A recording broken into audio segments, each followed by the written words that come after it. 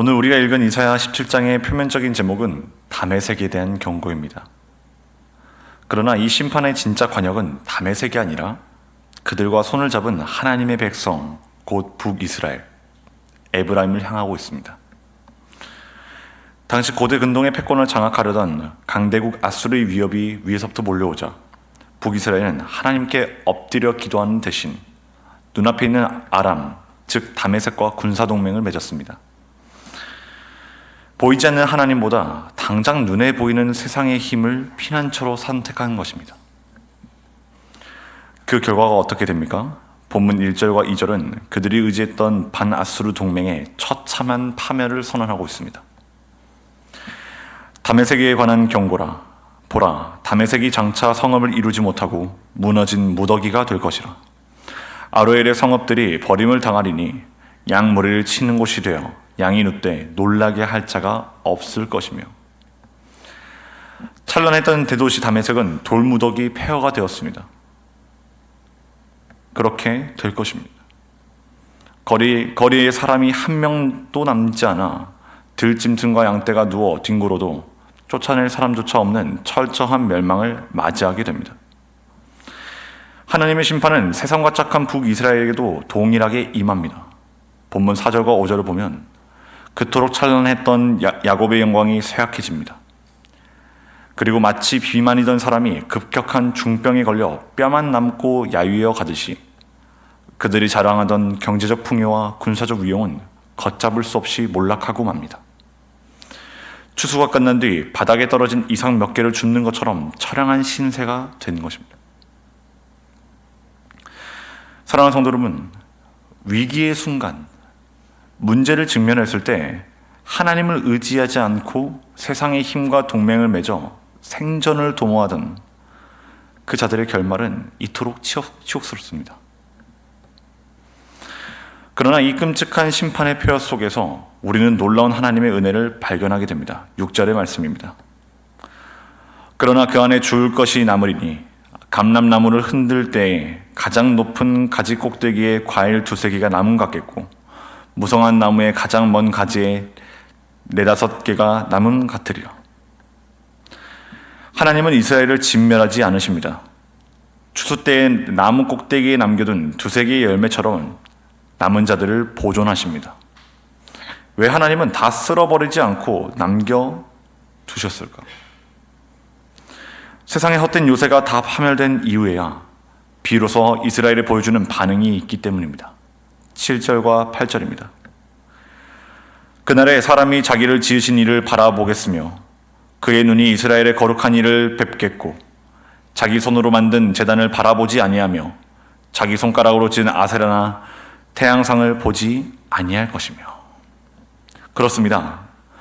이스라엘은 부유하고 권력을 누리던 시기에는 하나님을 까맣게 잊고 살았습니다. 하지만 자신이 굳게 믿고 의지하던 세상의 다메섹이 무너지고 내가 만든 우상과 제단이 헛되다는 것을 철저히 깨닫는 바로 그날에 이르러서야 비로소 고개를 들어 자신을 지으신 창조주 하나님을 바라보게 됩니다. 내 힘으로 쌓아올린 세상의 영광이 쇠하여 뼈만 남게 되는 그 고난의 날, 그것은 저주가 아닙니다. 헛된 우상에게 빼앗겼던 우리의 시선을 다시 이스라엘의 거룩한 이에게로 교정시켜 주시는 하나님의 맹렬하고도 치열한 은혜인 줄 믿으시길 바랍니다. 사랑하는 성도 여러분, 그렇다면 이스라엘은 왜 이렇게 뼈아픈 징계와 고난의 시간을 통과해야만 했을까요? 그토록 화려했던 그들의 성읍이 왜 버림받은 숲처럼 황폐해져 가야만 했을까요? 본문 10절은 이 모든 비극의 가장 근본적인 원인, 곧 그들의 치명적인 죄악을 정확히 고발하고 있습니다.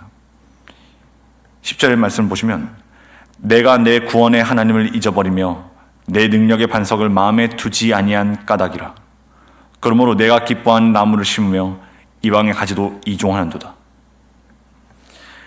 이 말씀은 참으로 두려운 말씀입니다.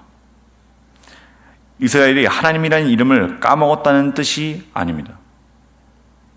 입술로는 여전히 하나님을 불렀고 성전에서 예배도 드렸습니다. 그러나 그들의 마음 중심에는 능력의 반석이신 하나님이 계시지 않았습니다. 삶의 위기가 찾아왔을 때 그들은 기도의 골방에 들어가 반석이신 하나님께 엎드리는 대신 스스로 살 길을 찾아 기뻐하는 나무와 이방의 가지를 심었습니다. 이 이방의 가지가 무엇일까요? 바로 세상의 인맥, 통장의 잔고, 인간적인 꼼수, 그리고 다메섹이라는 세상 권력과의 동맹입니다. 눈에 보이지 않는 하나님은 잊어버리고 당장 내 눈앞에 불안을 달래줄 얄팍한 세상의 힘을 끌어다 심은 것입니다. 이것이 어찌 옛날 이스라엘만의 죄악이겠습니까? 이 새벽 피곤한 육신을 이끌고 기도의 자리에 나온 우리에게도 이 은밀한 죄악이 도사리고 있습니다. 이 예배당 문을 나서는 그 순간 우리는 너무나 쉽게 구원의 반석이신 주님을 잊어버립니다.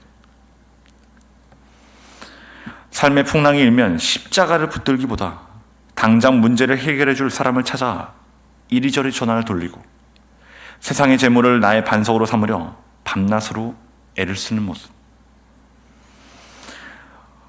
우리가 의지하고 있는 우리의 다메섹은 무엇일까요? 하지만 우리가 하나님 없이 스스로 심고 가꾼 그 수고의 결말이 무엇인지 11절에 무서운 경고가 나옵니다. 내가 심는 날에 울타리를 두르고 아침에 내 씨가 잘 발육하도록 하였으나 근심과 심한 슬픔의 날에 농작물이 없어지리라. 밤낮으로 울타리를 치고 정성을 다해 물을 주었건만 정작 인생의 폭풍과 몰아치는 심판의 날에 남은 것은 근심과 심한 슬픔의 무더기뿐이라는 것을 성경은 말하고 있습니다. 하나님 없는 모든 수고와 세상의 피난처는 결국 이토록 허무한 슬픔의 추수로 끝이 나게 됩니다. 그렇다면 우리는 이 슬픔과 절망 속에 영원히 버려져야 합니까? 결코 그렇지 않습니다.